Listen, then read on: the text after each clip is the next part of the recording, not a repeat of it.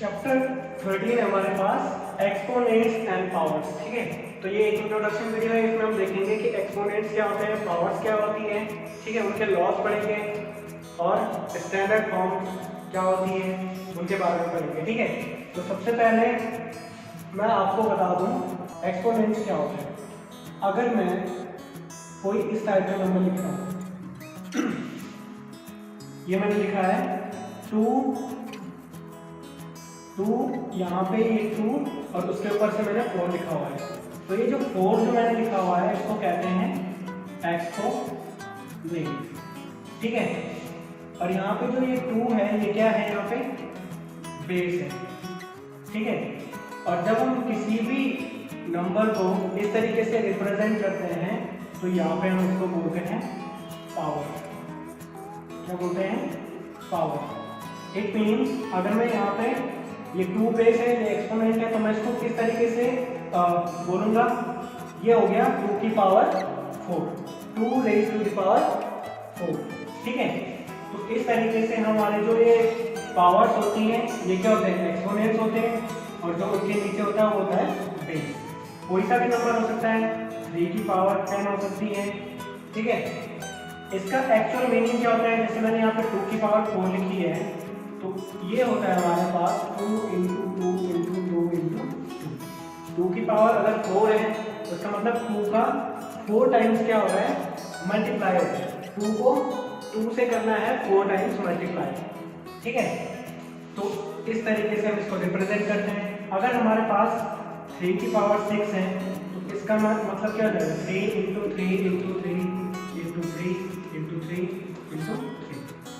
ठीक है, मतलब 3 को हमने क्या किया, 6 टाइम्स मल्टीप्लाई कर दिया। ठीक है, तो ये हो गया हमारा एक्सपोनेंट।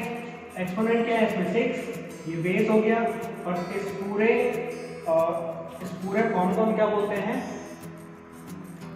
पावर बोलते हैं। ठीक है, 3 रेज़ टू द पावर 6। और इस पूरे टर्म को हम क्या कहते हैं, जैसे हमारे पास कोई भी टर्म है जिसमें पावर हम शो कर रहे हैं, जैसे 10 की पावर मैंने 4 शो किया, तो इस पूरे को हम बोलते हैं एक्सपोनेंशियल फॉर्म। Exponential form. ठीक है, तो इसको एक्सपोनेंशियल फॉर्म बोलते हैं।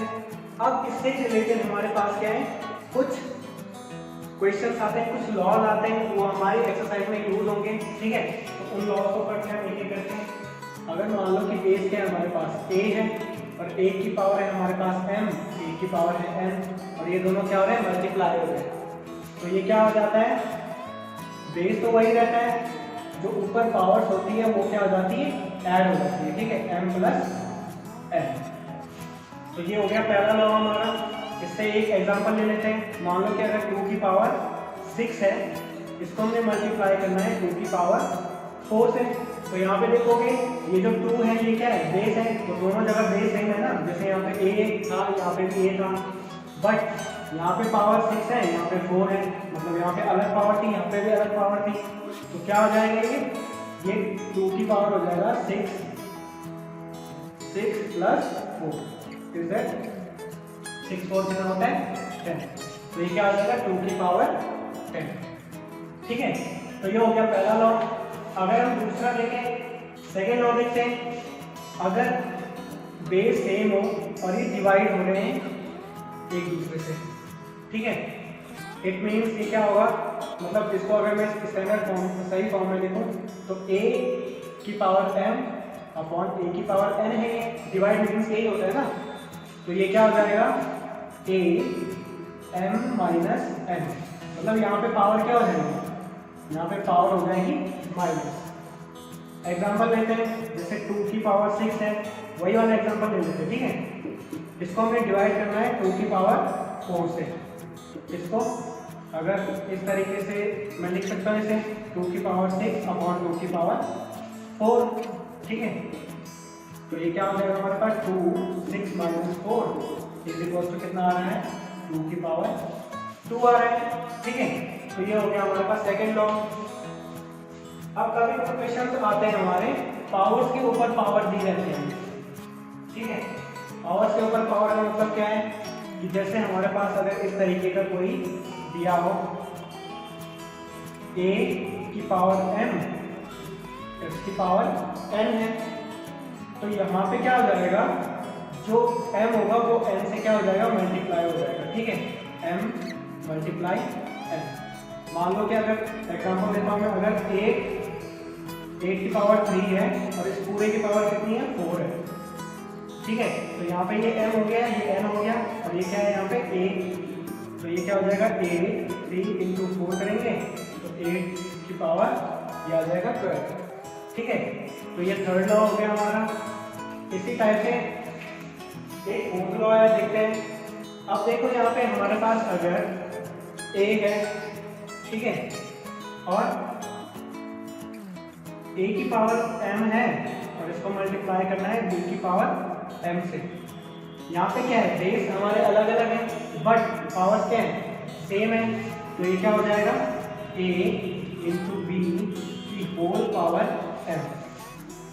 ठीक है, मतलब यहाँ पे हमने पावर को क्या कर लिया, कॉमन ले लिया। ठीक है, इसी तरीके से अगर ऐसे दिया हो, जैसे यहाँ पे मान लो मैं एग्जांपल लेता हूँ, 2 की पावर 3 है, इसको हमें मल्टीप्लाई करना है 4 की पावर 3 से। तो ये क्या हो जाएगा, 2 इंटू 4 और ये ऊपर आ जाएगा 3। ठीक है, दैट इज 4 टू जा 8 की पावर आ जाएगा 3। ठीक है, अब हम कभी कभी हमारे पास इस तरीके से भी दिया रहता है, हम उसको इस तरीके से भी लिख सकते हैं। तो मान लो कि इस तरीके से क्या दिया हो हमारे पास, 3 इंटू 6 दिया हो और उसकी पावर दी हो 4, तो आप इसको लिख सकते हो 3 की पावर 4 एंड 6 की पावर 4। ठीक है, तो इस तरह से क्या आते हैं, कुछ क्वेश्चन आते हैं हमारे पास, तो उनको इस तरीके से सॉल्व करेंगे। ठीक है, लास्ट वन है हमारे पास, इसके बाद हमारे पास एक है स्टैंडर्ड फॉर्म।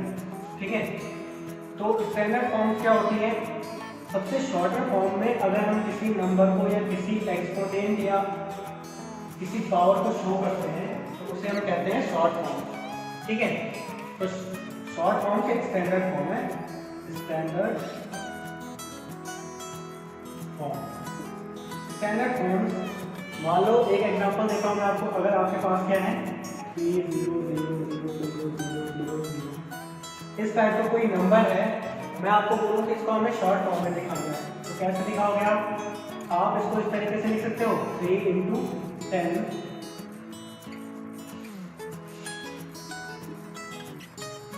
इस टाइप से आप इसको लिख सकते हो। ठीक है, 1 के यहाँ पे कितने जीरो थे, 8 जीरो है ना, तो 3 इंटू 1 के पीछे 8 जीरो लगा सकते हो, और अब काउंट करोगे 1 2 3 4 5 6 7 8 है, तो 10 के ऊपर पावर 8 आ जाएगी। ठीक है, इस तरीके से आप क्या कर रहे हो, ये हो गई इसकी स्टैंडर्ड फॉर्म। कभी कभी क्वेश्चन इस तरीके से दिया होगा 340 314 और इस तरीके से जीरो लगाई होगी इसमें, तो इसको आप किस तरीके से लिखोगे, 314 इंटू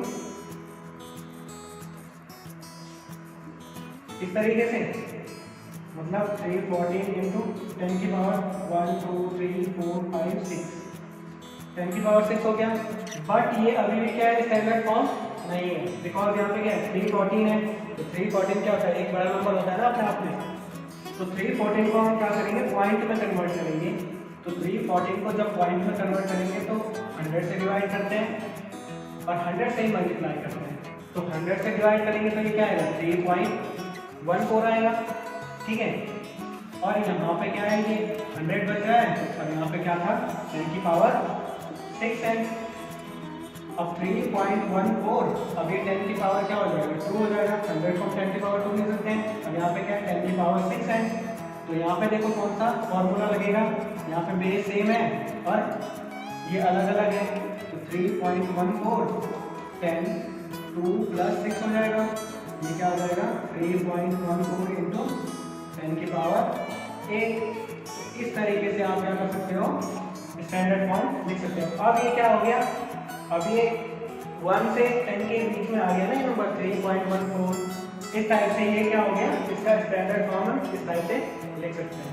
ठीक है, इसके बाद नेक्स्ट टॉपिक है हमारे पास एक, अगर हमारे पास कोई नंबर दिया हो, जैसे 512 दिया है, हमें इसको एक्सपेंड करना है। जैसे हमारे पास कोई अगर पावर में है ना, तो इसको एक्सपेंड करने का मतलब क्या है, 2 इंटू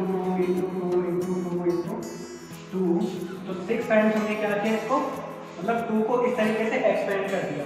अब यहाँ पे अगर कोई नंबर इस तरीके से दिया हो, यहाँ पे पावर्स में दे रखा ना, तो एक्सपेंड करना आसान हो गया, ठीक है। अगर इस साइड पे दिया हो तो इसको कैसे एक्सपेंड करना है, तो यहाँ पे हम क्या करेंगे, प्राइम फैक्टराइजेशन करना है हमने, ठीक है। तो प्राइम फैक्टराइजेशन 2 से इसको डिवाइड करेंगे तो 2 2 जा ये हो जाएगा 4, यहाँ कैरी जाएगा 2 5 ये हो जाएगा 10 और ये हो जाएगा 2 6 जा 12, फिर 2 से करेंगे 2 1 जा 2, ठीक है। 2 2 जा 4, 2 8 जा 16, फिर 2 से करेंगे 2 6 जा 12 और ये क्या हो जाएगा 2 4 जा 8, फिर 2 से करेंगे तो ये क्या हो जाएगा 2 3 जा 6 और 2 2 जा 4, फिर 2 से करेंगे तो ये हो जाएगा 16, फिर 2 से करेंगे तो ये हो जाएगा 8 और फिर 2 से करेंगे तो ये हो जाएगा 4 और फिर 2 से करेंगे तो ये हो जाएगा 2, फिर 2 से करेंगे तो ये हो जाएगा 1। तो देखो यहाँ पे कितने 2 आ रहे हैं, 1 2 3 4 5 6 7 8 9। तो इसको हम कैसे लिख सकते हैं, 512 को हम एक्सपेंड कैसे कर सकते हैं, 1 2 3 4 5 6 7 8 एंड 9। तो मतलब 1 2 3 4 5 6 7 8 9।